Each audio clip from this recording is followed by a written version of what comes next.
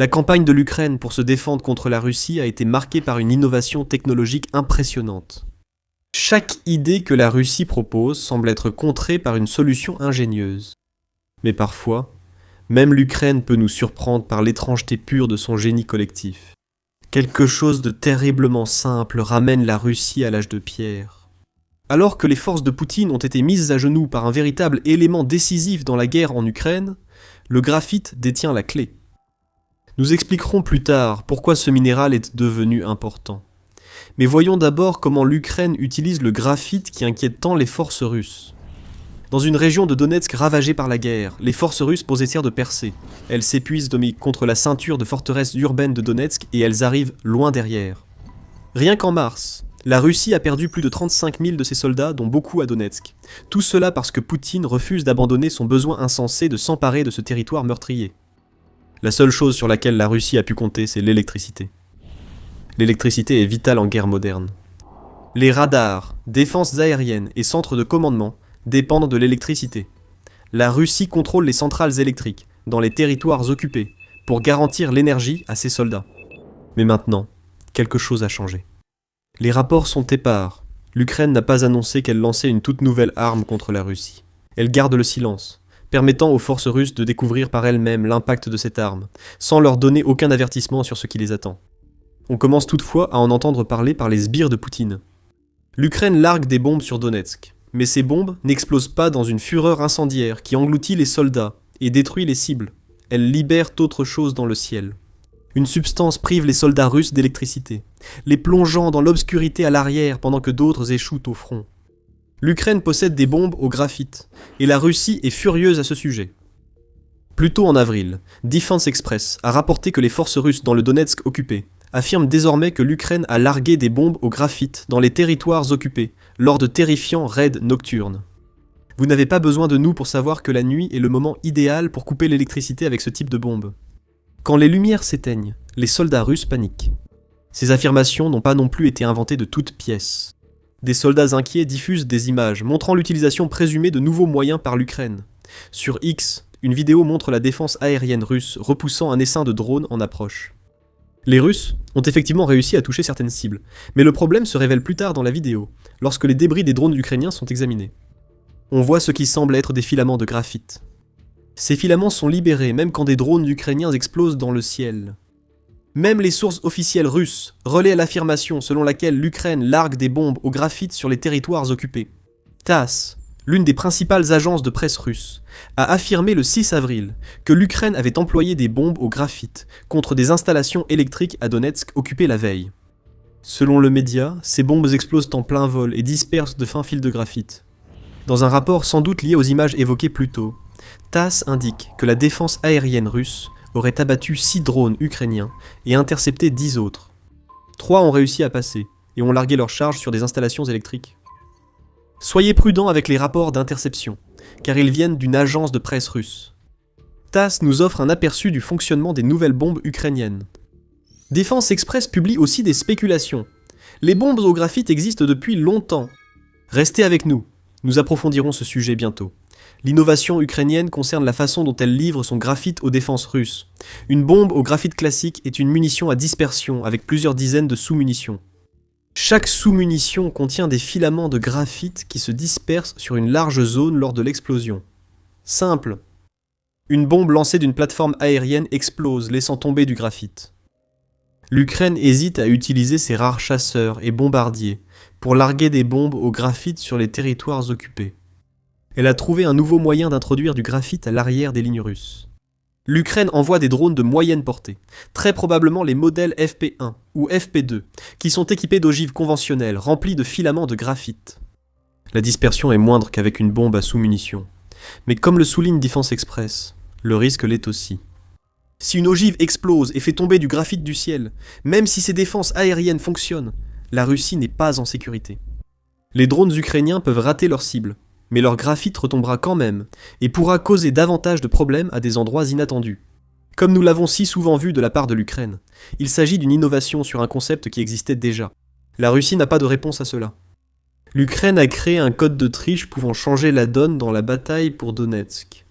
Une arme capable de couper l'alimentation des forces russes, grâce à une petite astuce ingénieuse, qui montre comment l'Ukraine se bat avec un regard tourné vers un avenir où elle aura définitivement chassé les soldats de Poutine de son territoire. L'Ukraine ne communique pas à ce sujet et laisse ses nouvelles bombes s'exprimer. Ce que nous voyons ici, c'est une utilisation brillante d'un simple minéral qui renvoie les troupes de Poutine à l'âge de pierre. Pourquoi les bombes au graphite ne sont-elles pas explosives? Tout tourne autour de l'électricité, et de la façon dont l'Ukraine veut la soustraire à la Russie tout en assurant son avenir. Pour comprendre comment, examinons rapidement le fonctionnement d'une bombe au graphite, conçue pour un usage différent des bombes classiques. Elles ne détruisent pas les pistes d'atterrissage et ne pulvérisent pas les cibles renforcées. À l'intérieur d'une bombe au graphite se trouvent des milliers et des milliers de brins microscopiques du matériau qui donne son nom à la bombe. Chacun de ces brins est presque impossible à voir individuellement, mais ils vont tomber comme une fine poussière sur la cible. Le problème pour la Russie, le graphite est conducteur. Quand les fines fibres d'une bombe au graphite retombent sur tout ce qui produit ou utilise de l'électricité, cette conductivité devient essentielle. Les courts-circuits sont problématiques.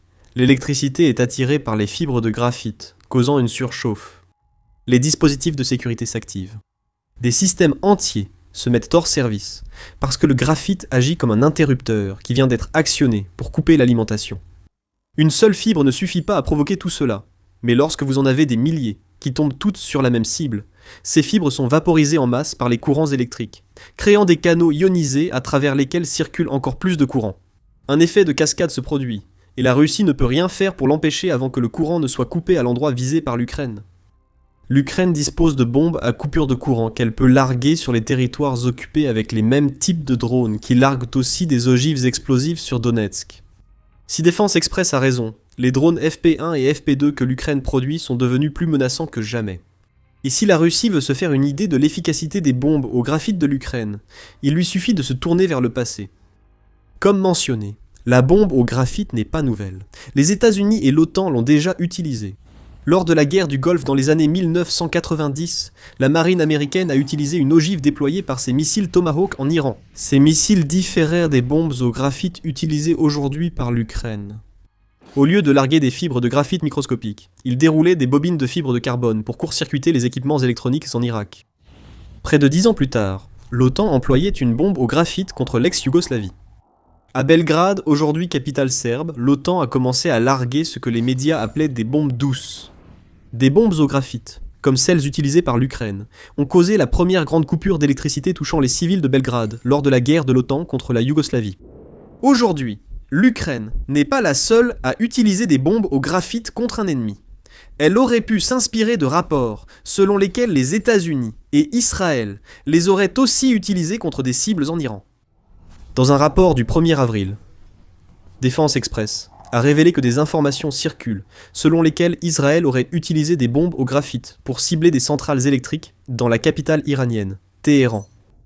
Comme pour les rapports concernant les bombes au graphite de l'Ukraine, rien de tout cela n'a été confirmé par le pays qui utiliserait cette arme. Le graphite se manifeste à chaque coupure d'électricité en Iran, sans explosion pour expliquer le problème.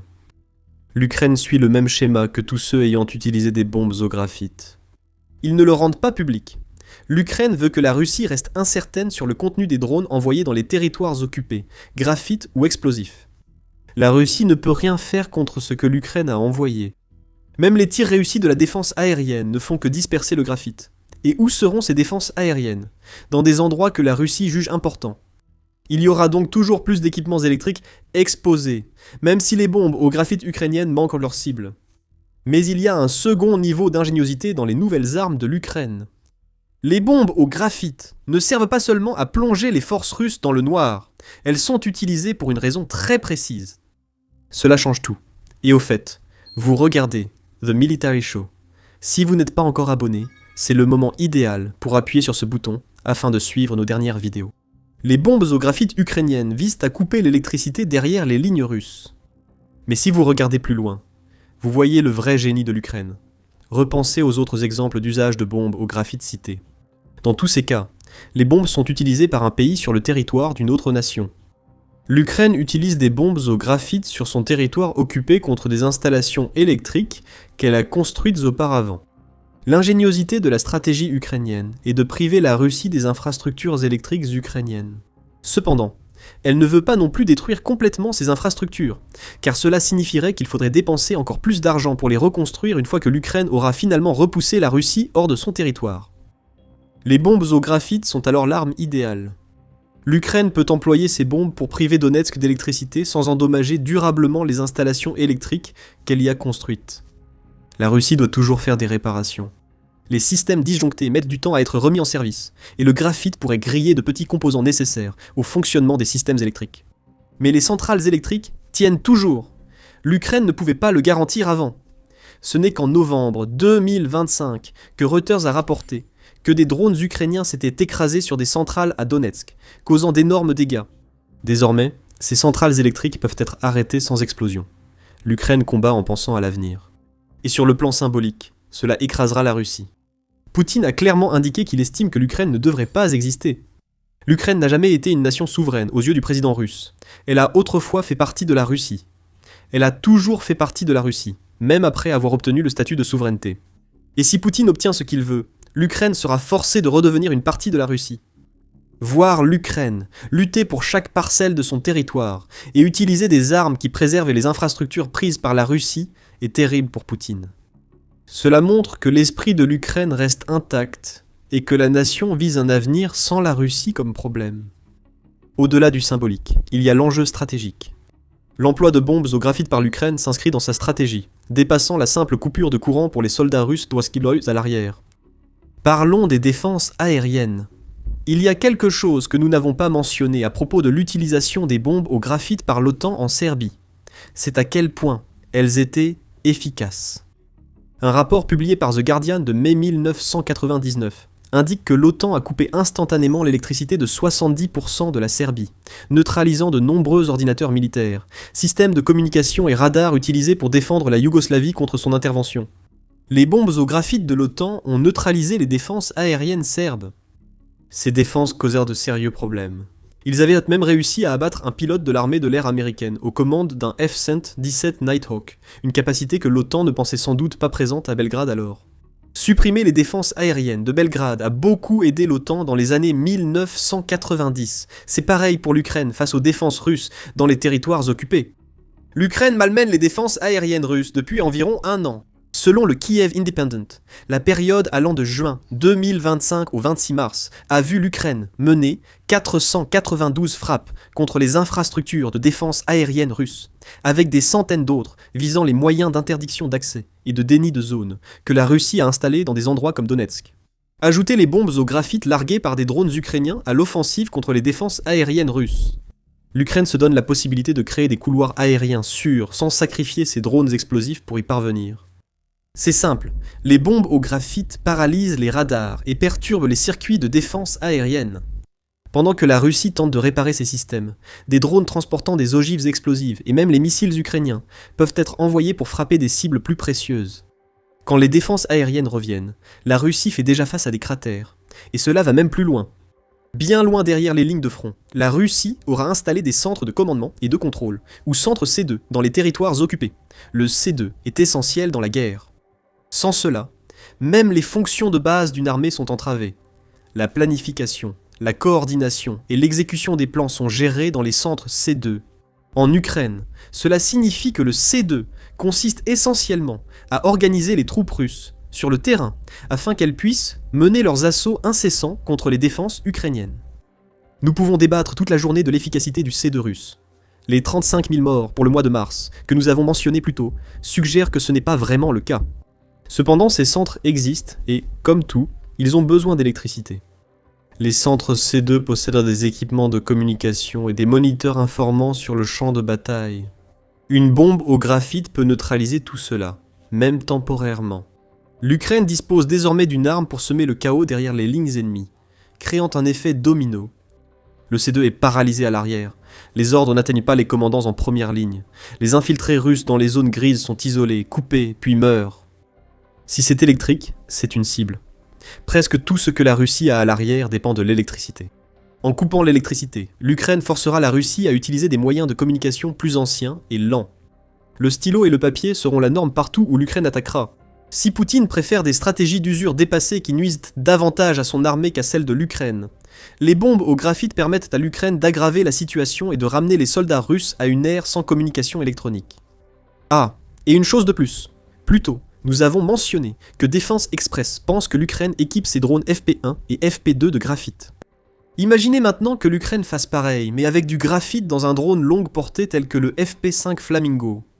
Ce drone a une portée d'environ 3000 km, 1860 miles, lui permettant d'atteindre presque tout site stratégique en Russie. Que se passerait-il si les flamants roses volaient vers les centrales électriques russes? Le graphite pourrait se répandre sur la Russie, paralysant usines, sites chimiques et infrastructures électriques civiles. Aucun dégât ne serait permanent. Ce n'est pas nécessaire. Le graphite offrirait à l'Ukraine un moyen de rappeler aux Russes que Poutine a déclenché une guerre pouvant atteindre leurs portes. On se demande combien de coupures massives à Moscou et Saint-Pétersbourg l'élite russe tolérera avant de réagir au graphite tombant sur la Russie. Une chose est sûre. Si l'Ukraine mise tout sur les bombes au graphite, elle pourra facilement obtenir le matériau principal utilisé dans ces bombes. L'Ukraine possède beaucoup de graphite. New Voice of Ukraine rappelle qu'entre 2022 et 2024, l'Ukraine était le 4e producteur de graphite, malgré la fermeture temporaire de sa principale mine à cause de l'invasion russe. Il y aurait également environ 17,9 millions de tonnes de réserves de graphite en Ukraine, comme le souligne la même source. Tout le graphite n'est pas accessible. Une part est dans les territoires occupés ou inexploitables, mais l'Ukraine en possède malgré tout. Beaucoup de graphite. Ce que la Russie dit observer à Donetsk pourrait n'être qu'un test pour une opération plus large, visant non seulement les territoires occupés, mais aussi des régions russes, jusque-là protégées par Vladimir Poutine contre les attaques ukrainiennes. Le code de triche est débloqué. La tempête de graphite menace. La Russie et son armée risquent d'être mises à genoux par une arme dangereuse, même détruite en vol. La Russie accuse l'Ukraine d'avoir triché lors de ses récentes frappes à longue portée sur son territoire. Raffineries en feu, infrastructures pétrolières détruites, défense aérienne russe inefficace. Comment l'Ukraine réussit-elle cela? Regardez notre vidéo pour le savoir. Si vous avez aimé cette vidéo, abonnez-vous à The Military Show pour plus de reportages sur les dernières armes utilisées par l'Ukraine contre les forces de Poutine dans les territoires occupés. Merci de votre visionnage.